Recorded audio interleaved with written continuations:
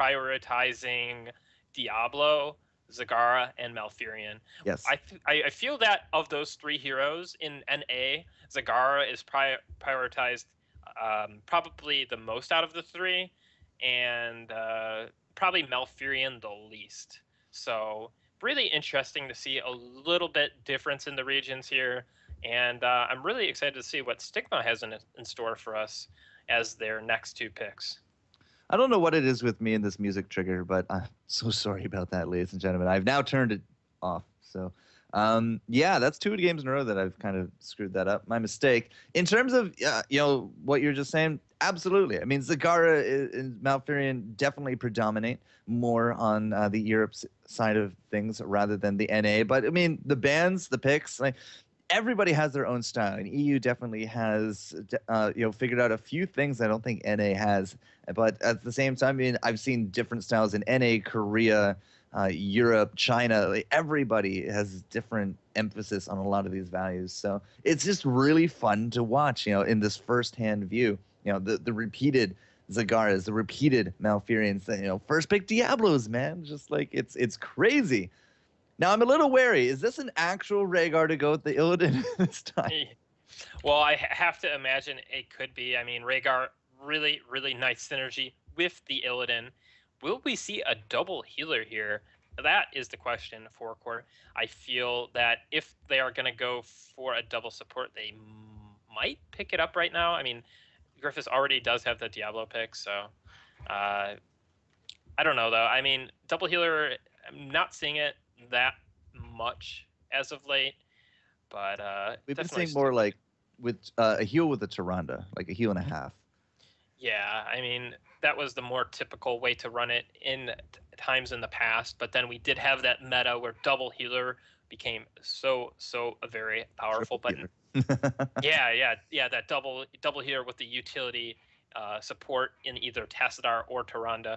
But what just happened? The traps. I don't know.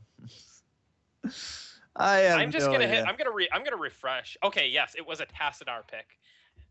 When in doubt, refresh.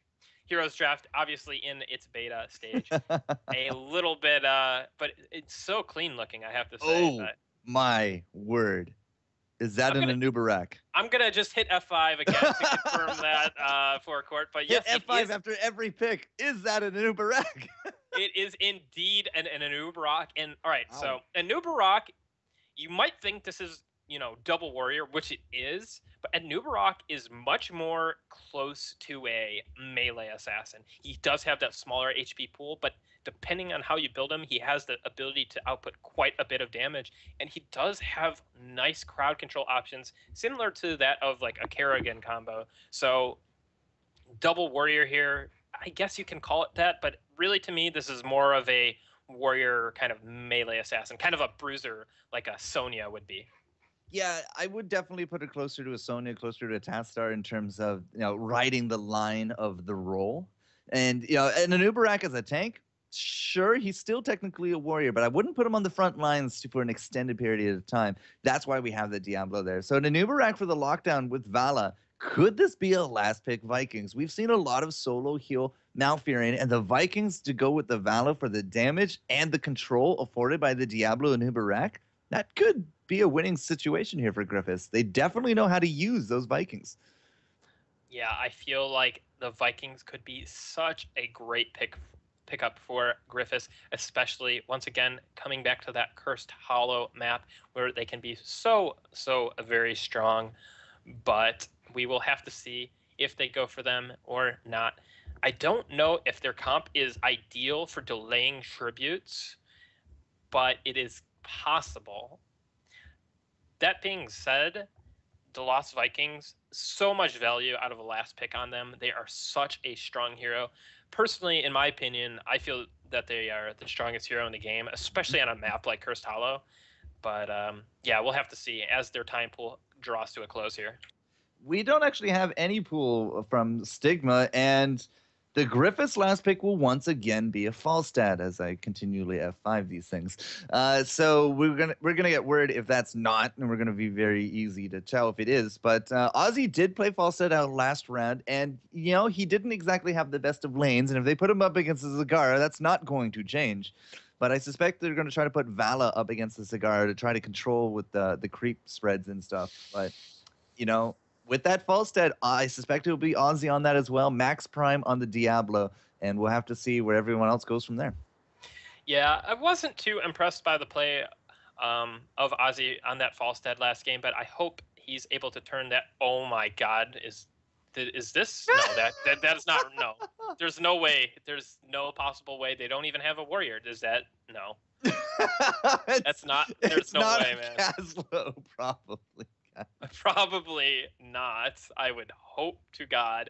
Gazlo being actually my favorite hero.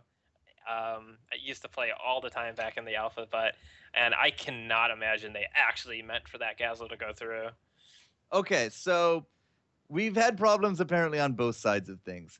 Ozzy is saying the setup is Diablo, Vala, Malfurion, Vikings, Falstad. Wow. Okay, Yep. So no Anubarak. I'm trying to get the confirm from Stigma, but yes, the Anubarak is a Vikings pick. Did you guys pick Gazlo? Yeah, you can find that part out. And man, I don't know. Like, the Heroes draft stuff is definitely held up very well, but I don't know what happened to these last picks. But I do know that the guys over at Heroes Draft, they have a very attentive dev team, and they will make sure that they find and identify the issue, have it fixed up. Because if we have a game number 3, we're going to have to use it again. Wouldn't be surprised to see it fixed by then as well. So we suspect that the Gazlo... Okay, so before they tell us, what do you think the Gazlo is? I'm thinking Stitches. It has to be a warrior. ETC is available, so I have to imagine it's ETC, man. Like, what? Wait. What? They took Anubarak as their last pick? What? Like, what? That's my 3-letter response. Wow. All right. Zagara, Illidan, Rhaegar, Tassadar, Anubarak. Okay, so forecourt. Let me talk to you a second here. Remember how I was saying Anubarak is kind of like an off tank? Yes. Well, they don't really have a mainstay warrior in this comp. They kind of just have like Illidan. I mean, he's strong. Don't get me wrong, but he is no warrior. So I'm a little bit confused, especially with the fact that ETC is still up, and Gryphus actually does have the Lost Vikings. They do have Falstad, so they do have a lot of global presence. I just not getting that ETC is really, really confusing to me. It's so good with Illidan. It's so good on this map. It's just, a lot of people think ETC is just the best warrior in the game right now.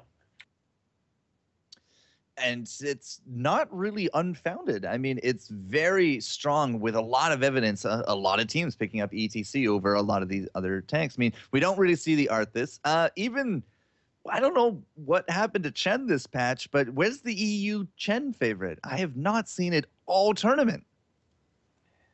Yeah, man, I have no idea what's going on anymore, but I'm really excited to see what happens with this Anubarak pick.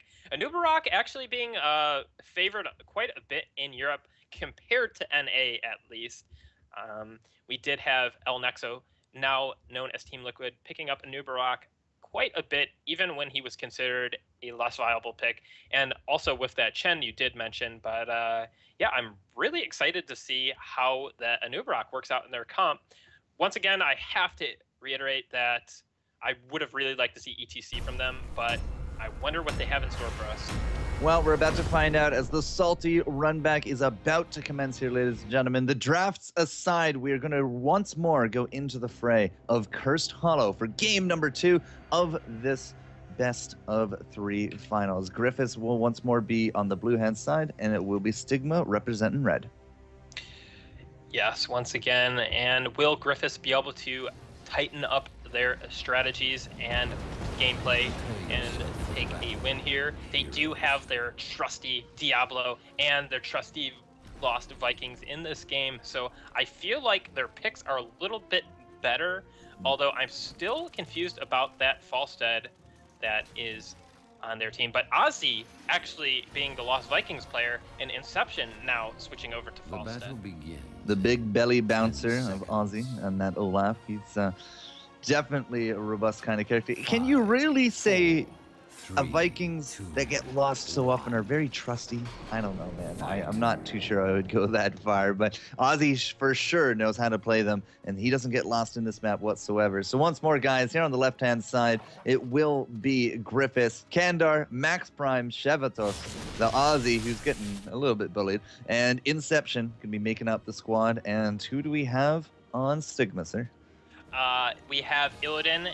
I am Morden on Illidan. We have Fren on Tassadar. We have Red X on Zagara, Thunder on Rhaegar, and we have Chad rounding it out as that Anubarak pick that we talked about so much here. And I'm really wondering how good is that going to be. But we do have the first pick off on Eric. But wow, is I am Morden going to fall here as well? Oh man, 18 hit points, would you believe? Crazy, man. The Vikings are quite a formidable opponent, but Eric, man, he's pretty easily picked off. So really interesting trade there in the middle lane. Well, if you're going to get a kill on Eric as an Illidan, it's going to be level 1. There's no jump, there's no spin to win, and there is no,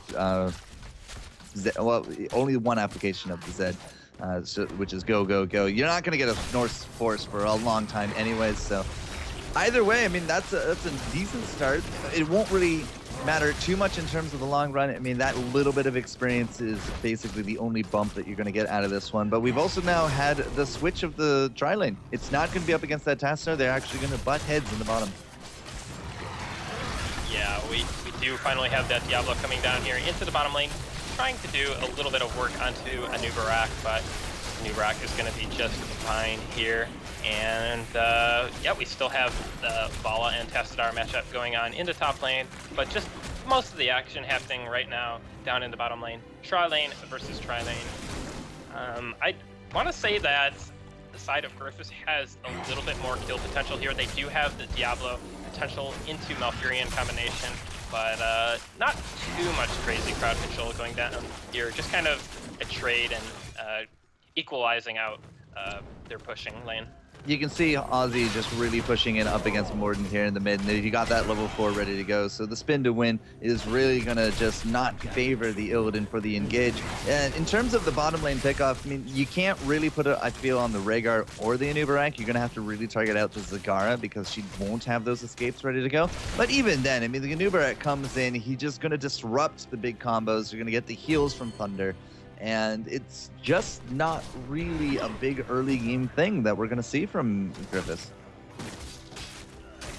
Yeah, and we do have the first tribute of the game being currently gathered by the side of Gryphus. Malfurion probably going to be able to get it there. Yes, he is. Oh, the spikes, just not enough.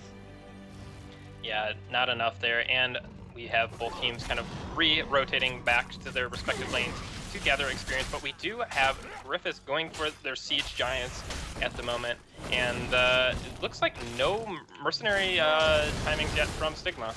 I'm a little surprised that we're not just going to leave Rhaegar there in the mid and have Morden go off and like do, you know, bruisers or do the Siege Giants, because he is level 6, about to hit that level 7 in a little bit here. He does, of course, you know, have his trusty immolation, and then with the Shadow Shield, he'll have the first aid at level 7. So I kind of expected a little bit of rotation there. The European teams have been very good with those early mercs, but you know, Morden, he's really looking to try to kill one of these Vikings, but I think he overextended a little bit too hard, and Max Prime comes in and shuts him down. The Raven Lord.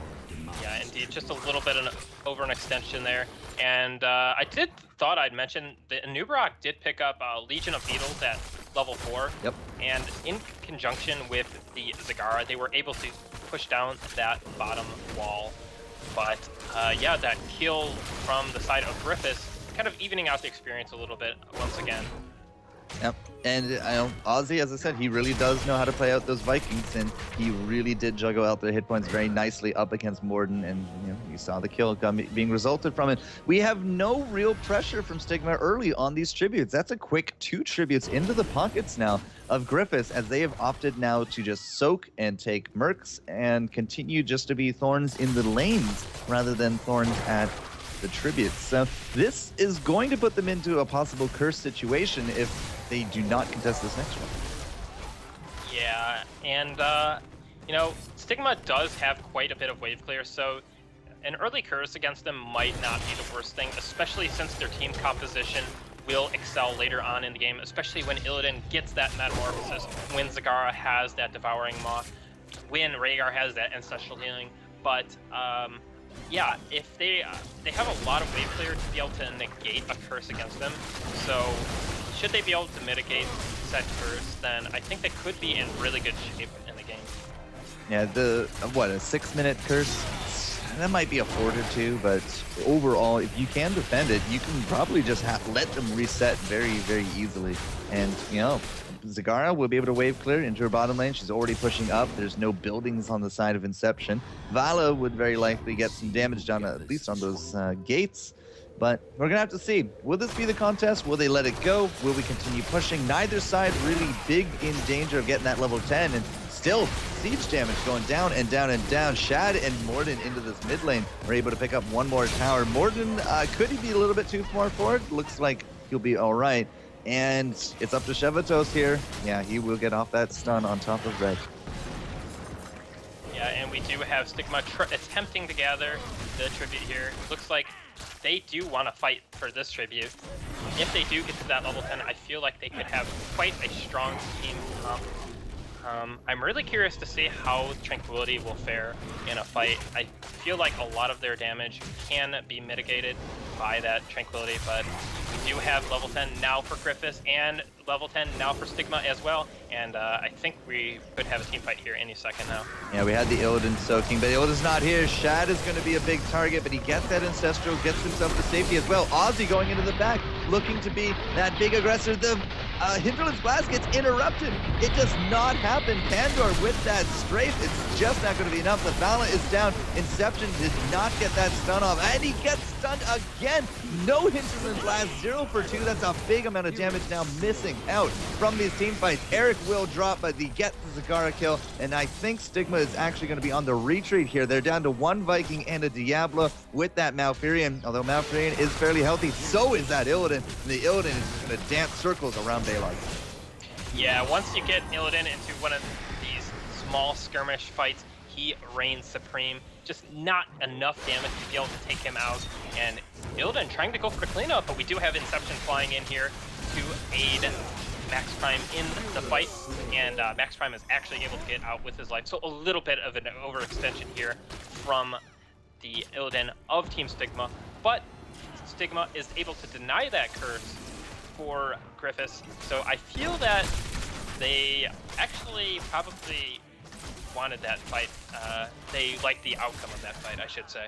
Well, they're not going to get cursed. They do pick up a tribute, and they basically team wiped. I mean, yeah, Max Prime lived, but they got all the Vikings. They got the fly out from the Falstead down here as well. And yeah, Illidan in the front, sure, he died, but he also created the space, and that was able to capitalize on top of the tribute. So, yes, it is far from the worst situation that Stigma could have asked for, but now they are going to have to deal with that boss now coming down into the bottom lane, that Grave Golem, whereas it looks like they should be able to pick up theirs pretty much uncontested at this point. Karen is going to do as much as he can to just delay and zone, and it looks like it will be successful, but Max Prime, ooh, that was a very close route from him. Could have been a little bit of a sticky situation, but he's not going to really find a target here to collapse upon either. No, he's not, and we do have this tribute spawning. Which team will reign supreme in this fight here coming up? Yeah, it's a little bit dicey, but we got the Maw going down, and Nubarak is going to drop to the shock, and Ozzy's in the boat. Morden is just trying to keep him at bay, but it's not going to work, and now losing out that frontline figure. We got the Archon. Fortunately, it's mostly just going to get wasted out here. Gryphus couldn't actually take this one. It looks like Inception's going to grab it, and this will be the first curse going towards them. A really nice collapse and big DPS first on top of a Nubarak really did bring them into that situation. Yeah, the Hinterland Blast going down onto a Nubarak just completely melted him. Losing that fight really early on due to a Nubarak getting just blown up. And yeah, the Ancestral just was not used on him. Rhaegar was just out of position. And yeah, and this curse is, you know, it was mitigated slightly because of the fact they had to defend the Grave Golem as a team, but now we do have Falstead down here in the bottom lane, pushing and probably going to get this fort here. It is very, very low, but we do have it Shad on a Nubarak trying to defend it as best he can. Shad could actually put up a really good front up against Inception. He has the hit points, he'll have the shield ready to go. Inception's low on the mana. Power Throw is going to go out, but it's still not quite going to be enough. 10 seconds left on the curse. I don't actually know if Inception can grab that one. Apparently the audio spazzed out. Not entirely too sure what was up with that, ladies and gentlemen. We do apologize from the production side of things. And, you know, overall as a curse, they got the top fort. The bottom is very ripe for the picking. We still maintain a level advantage here over top of Stigma. Gryphus is looking much stronger at this point of the game than they were last round.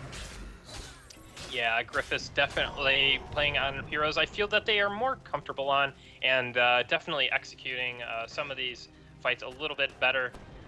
Stigma, though, not in terrible shape. The curse against them wasn't snowballed too hard. They still have 2 of their outer forts remaining, albeit 1 on very, very low HP. Only 219 HP on their bottom fort, but certainly not out of this game at all. And we do have Gryphus going for the bruisers here, and it's looking like Stigma wants to invade. So, just looking at this, Nubarak has web wrapped. I actually didn't notice that back at the level 10. He's going to be looking to take this Malfurion out of the fight, because I'm pretty sure that that will also now bring the Tranquility out of the picture. If you can grab the Malfurion out of the picture while he's Tranquility, it will basically waste that entire cooldown. So we're going to have to see if that will be the big strat going forward. Kren is absolutely in a bad spot. Yeah, he gets body blocked to death from Tassadar. So we'll have to see if the web wrap was actually the audio issue, because I do remember there was a bug with that when I was watching the Korean stuff a few weeks ago. We'll have to see if that's fixed. If it happens again, let us know. But web wrap is not something we get to see a lot of now. No, it's not. I mean, actually, when I did play over here on Europe, some competitive scrims and whatnot, I did see quite a bit of web wrap. In the first fight of the game, I did see it go down on the Falstead, but you do bring up a valid point. It is quite nice to use on Malfurion to deny that Tranquility. Oh, is that why we had the Hinterland's first interrupt, that web wrap? That's actually really clever. Yeah, I mean, the fight went pretty well for Stigma. They did overextend a little bit in that one fight, losing Illidan towards the end, but right now we do have another tribute spawning, and I do imagine that Stigma is going to want to sacrifice this one. Gryphus has 0 tributes currently in the pool, but Shad getting caught out here. Oh my god, is the Hinterland's Blast going to take him out? And yes, and the Strafe as well, finishing him off. Max Prime, no fear. He's just going to go right up to this gate. They know that there's a Tassadar top and the Illidan there as well. They are way out of position, and the Vikings are going to be cleaning up the creep wave in the back of it as well. 1 tower down, and I think that might actually be it for the aggression until the creep wave comes up, or they're going to just continue on. They say they got the numbers advantage. Yeah, they used 2 of their heroics for it, but I mean, numbers really do count. We still got a boat and an apocalypse if we really need to get things done, and there goes that entire keep. And guess what's their next objective is, Mr. Nick? Could it possibly be the Grave Golem? That now has no gate to contend with. Yes, and we do have the Anubarak in the base of Stigma, but it looks like Gryphus is actually going to opt to get superior positioning over Stigma on this tribute. And what is Stigma going to do here? They're trying to come in here and do something. They do have that level 16 talent here now. And 3 Blood for Bloods on the side of Stigma. Man, they can really do some work to that Diablo now. The Fighting Archon as well. Distortion Beam, second strike. He has the static charge, so it's not going to be a big bruiser survival build. It's going to be looking for that damage. If they can burst down Max Prime, it's going to be huge. We get the heal from Thunder. Ozzy comes into the boat, and Kandar is getting that strafe off, but he is going to drop Morden into the backline. There actually avoids out that Hinterland's blast, but we do got the Zagara Maw going down. Suddenly Morden scratching his head a little bit. Ozzy and the boat, however, are done, and they are 2 dead, looking for the 3rd with that Ozzy kill. But Olaf will survive. Max Prime has come back from the dead with that 5-second timer, but it is not going to be near enough, I think, for this tribute. Yeah, and once again, those Blood for Bloods doing massive work, getting that Diablo kill such early in that fight. And I don't know here, Stigma kind of unhealthy and trying to go for this Grave Golem, but what can Gryphus do at this point? Will they be able to contest this? It does not look like it. They're thinking, but stuns and stuns. Max Prime has to Shadow Charge onto it, and he will, but he's going to get completely annihilated. Not entirely too sure that was worth the 10 seconds or so. Web Wrap hit Malfurion, I want to say, and it did. It was Shevatos, the stun lockup, and there's Morden to clean it up. That is a quick 2 kills on the back of a Grave Golem, and this is not how Gryphus wanted this to go. Yeah, that Diablo trying to get in there, trying to get on the point to deny the Grave Golem from Stigma, but once again, Blood for Bloods just going out, reigning supreme, taking him down so fast. I believe the Blood for Blood actually hit for 857 damage on him, so he was able to curse quite very, very fast there. Well, I mean, a percentage value, doesn't matter who you hit, you're going to get bigger value out of the Diablo, but it's all relative. I mean, 800 to him is, well, 15% apparently. Math. Yeah. Such a powerful thing. But tribute, bottom gate, and now boss. This is a Stigma game looking like. Yeah, and actually trying to fake out that they're gathering that tribute, but they really just want to delay that curse just a little bit longer to make this golem push even that much stronger. And even Stigma going to sync up the Siege Giant quite nicely here. So I'm really, really liking this push here from Stigma. They are in really good shape. Bottom's pushing in. We do got the bruisers into the mid, so that will at least keep the pressure off mid for a little bit. 17 to 18. It's not going to be any kind of 20 timing here, but Siege Giants, we got Grave Golems, and this is a very juicy looking keep. Zagara with the Banelings doesn't quite hit the mark in terms of the heroes, but you know, every little bit of siege damage puts us closer and closer to that core. How many heroics are up? All 10 are ready to go. And Max Prime and crew, I mean, if they're going to mount a defense, it's probably going to be in this core area because nothing else is firing from their end. Yeah, indeed, and the core just getting quite wrecked.